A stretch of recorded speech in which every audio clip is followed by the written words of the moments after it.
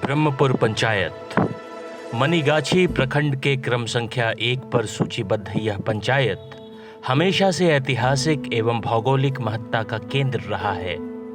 एक ऐसा पंचायत जिसके अंतर्गत एक रेलवे स्टेशन, पर्याप्त बिजली, नेशनल हाईवे से कनेक्टिविटी और इसके फलस्वरूप एक महत्वपूर्ण बाजार भी रहा है। इन संसाधनों के बावजूद अगर हमारी सामाजिक मानवीय विकास दर में गिरावट हो रही है, यानी घटती प्रति व्यक्ति आय, विलुप्त होते रोजगार के अवसर, जल स्रोत के बावजूद किसानों की निराशा, यह सब प्रतिबिंब है कि कुछ मूलभूत त्रुटियां लगातार जारी हैं। कार्यालय छै, खाली नाम के लेल छै, ताला मारल छै कार्यालय में, एतऽ किछु नहि भऽ रहल छै। आरटीपीएस टैंक देने छै लेकिन किछु नहि होइ छै एतऽ। ने आधार कार्ड बनै छै, ने पहचान पत्र बनै छै, मतलब लोक सेवा से जुड़ल जते भी काज होइ छै कतौ किछु नहि बनै छै। कोनो काज होइ छै तऽ कहै छै ब्लॉक जाओ। सफाई, रोड बनाए, पानी बहनाइ, रोड पर कचरा फेंकनाइ, सफाई के लऽ कऽ कोनो एतऽ व्यवस्था नहीं है।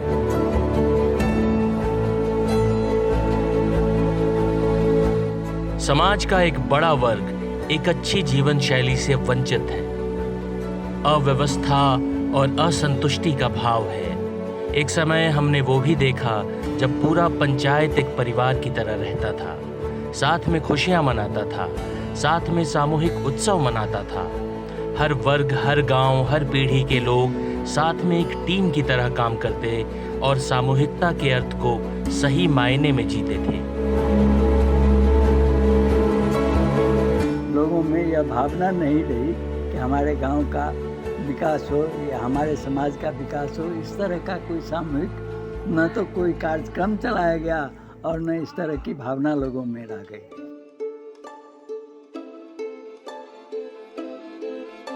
इस पंचायत में खासकर बुजुर्गों के लिए कोई सामूहिक स्थान ऐसा नहीं रह गया है जहाँ की बुजुर्ग लोग एकत्रित हो सके।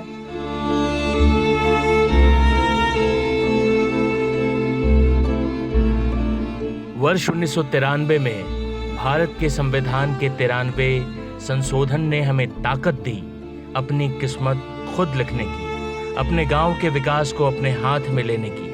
परंतु पंचायती राज के चारों टर्म के अनुभव से यही प्रतीत होता है कि हमारी सोच अपने स्वार्थ मात्र तक संकुचित हो गई है। हमारी प्राथमिकता सामूहिक विकास और नई पीढ़ी को सुनहरा भविष्य देना न होकर लोगों को बांटने वाली बातें हो गई।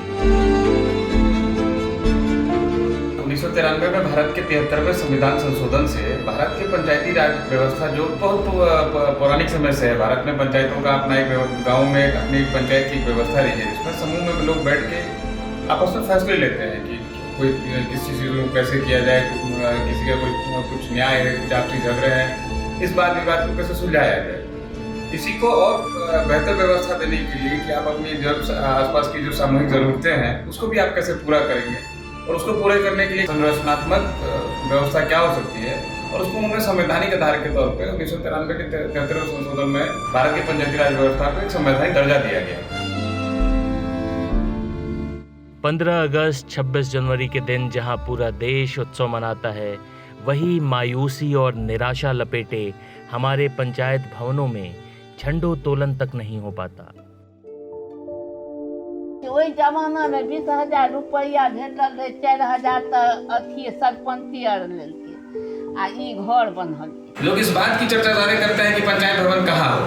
लोग इस बात की चर्चा नहीं करते कि पंचायत भवन जहाँ भी हो वहाँ पर काम हो, वहाँ पर पंचायत में जितने कर्मचारी नियुक्त हैं वो समय पर आए समय और जितना समय उनका अधिकृत है, उनको निर्धारित है, उतने समय पर वहाँ बैठ के लोगों का काम करें। वो आवास सहायक हो सकते हैं, वो रोजगार सेवक हो सकते हैं, वो कृषि सलाहकार हो सकते हैं, वो पंचायत सचिव हो सकते हैं, वो लोक सेवा के अधिकारों का जो केंद्र है उसको चलाने के लिए कार्यपालक सहायक होते हैं, वो हो सकते हैं। वो लोग आए लोगों का काम करें।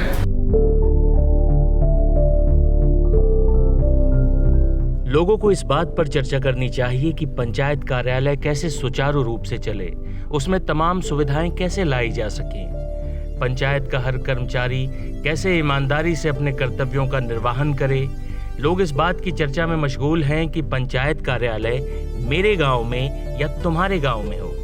पंचायत कार्यालय हमेशा पंचायत के केंद्र में ही होना चाहिए और ये जहां भी हो सुचारू रूप से चलना चाहिए। उसमें कार्यरत रोजगार सेवक, कार्यालय सहायक, आवास सहायक, विकास मित्र, कृषि सहायक, पंचायत सेवक, आशा, एएनएम वगैरह नियमित समय पर कार्यालय आएं और लोगों का काम करें।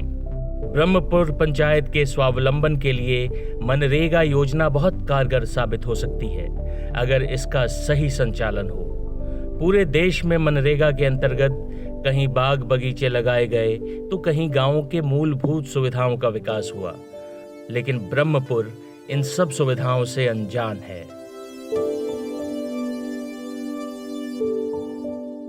अधिक कमीशन के आधार पर गांव में होने वाले कार्यों को ठेके पे दे दिया जाता है।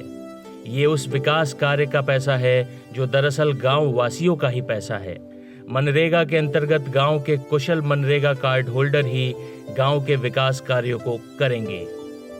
पंचायत के अंदर ही बड़े बड़े अक्षरों में इसे खुले में शौच से मुक्त बताते हुए होर्डिंग्स लगाए गए हैं। सुनकर तो बहुत अच्छा लगता है, पर यह सच नहीं है। आप सड़क और खुले मैदान को गंदगी से भरा हुआ आज भी देख सकते हैं। ऐसे होर्डिंग्स लगाने वालों का विरोध करने की जगह हम उसको देखकर मुस्कुराते हैं और अपने बच्चों को डायरिया जैसे गंभीर बीमारियों के हवाले कर देते हैं। कहां हर घर पक्की नाली गली का लाभ लेकर इस पंचायत के हर घर तक पक्की गली और ढकी हुई नाली मिल जानी चाहिए, लेकिन पेवर्स ब्लॉक में अभी तक कई गलियां ऐसी हैं जो अभी पक्की भी नहीं हुई और टूटी फूटी भी हैं। उनकी गुणवत्ता बेहद खराब है। एक तरफ देश 2 अक्टूबर 2019 से शुरू हुई सॉलिड लिक्विड वेस्ट मैनेजमेंट से कचरों का प्रबंधन कर गीले कचरे से खाद बनाने की तरफ बढ़ रहा है, वहां हम हर गली में कचरे का ढेर देखते रहते हैं जो हमें लगातार बीमार बना रहा है। शिक्षा समिति का गठन कर पंचायत के तमाम विद्यालयों का विकास करने की जगह हम इसकी उम्मीद लगा बैठते हैं कि प्रमोद सर जैसे शिक्षक आएं और बेहटा की तरह दूसरे विद्यालय भी बेहतर हो जाएं। प्रमोद सर को शिक्षा समिति का भार देकर उनके अनुभव का फायदा पंचायत के दूसरे विद्यालयों को भी मिले, एक ऐसा मॉडल बन सके जिसका अनुकरण दूसरे पंचायत या जिले के लोग भी करें। सहकारी संगठन बनाकर हम वैज्ञानिक जैविक खेती कर कृषि उत्पादों के लिए बेहतर बाजार का प्रबंध कर न सिर्फ अपनी आमदनी बढ़ाएंगे बल्कि सक्रिय बाजार की आर्थिक गतिविधियों को भी प्रोत्साहित करेंगे। साथ ही साथ जैविक खेती से अपने जल, जमीन और मानव भविष्य को भी सुरक्षित करेंगे। कई अच्छे हॉस्पिटल आयुष्मान योजना से जुड़े हुए हैं। उनके साथ समन्वय बनाकर पंचायत के वंचित लोगों के इलाज का प्रबंध किया जाना चाहिए।